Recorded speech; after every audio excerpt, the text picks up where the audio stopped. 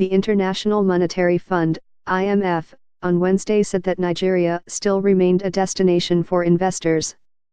The senior financial sector expert, Debt and Capital Market Instruments Division, Monetary and Capital Markets Department, IMF, Miriam Tamim, said this in a statement issued by Securities and Exchange Commission's, SEC, management in Abuja. Tamim said this when she led a team on a visit to the SEC office in Abuja. Tamim noted that the fund was pleasantly surprised to receive numerous indication of interest by investors eager to invest in Nigeria. She, however, stated that many of them still nursed the fear that they may not be able to retrieve their funds anytime they decide to exit.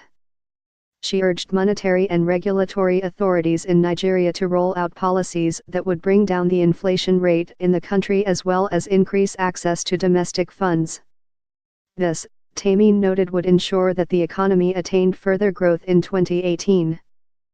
At the annual meetings of IMF, we were pleasantly surprised when we saw many investors interested in the securities market in Nigeria.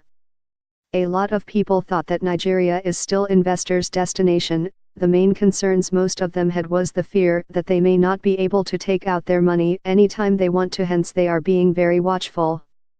Investors are interested in Nigeria, but with difficulties they had in getting their money out recently, that confidence is not there yet. It has improved though, but they are still watching. It is still so much fragile and not what they can take for granted just yet, she added. The statement also quoted the acting Director General of SEC, Dr. Abdul Zubair, as saying the future outlook appeared good as several initiatives had been rolled out by the SEC to help grow the capital market. Zubair said the initiatives would increase investors' confidence and more initiatives would be rolled out subsequently to ensure the Nigerian capital market remained one of the best in the world. The IMF team was in Nigeria for consultations to get update on developments covering all financial transactions as well as key sectors of the Nigerian economy.